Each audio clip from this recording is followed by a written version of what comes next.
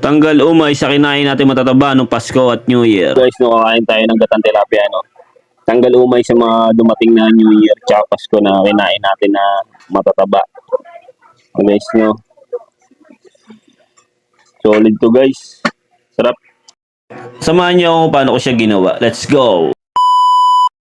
Yung guys, no, bumili nga pala tayo ng tilapia sa palengke. No? Yan, napirito na natin siya guys. Tapos titimplahan na natin siya guys. Nilagyan natin yan ng luya at saka sibuyas.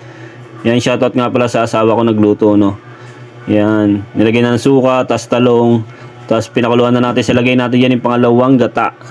Tapos susunod na rin natin yan yung unang gata guys, no. Pakuluan lang natin siya. Tapos ilagay na rin natin yan ng pechay, no guys. No, kung hindi ka pa nakapalo sa akin, ipalo mo na ako para maging updated ka sa mga lalabas kong video. Yan guys, no, pakuluan lang siya sa natin ng pakuluan. Tapos timplahan natin ng paminta. Yan, solid na yan guys, no. Luto na yan, no. Let's go, kakain na tayo. Guys, no, kakain tayo ng gatang tilapia, no. Tanggal umay sa mga dumating na New Year tsaka Pasko na kinain natin na matataba. Guys, no. Solid to, guys. Sarap. Tanggal umay.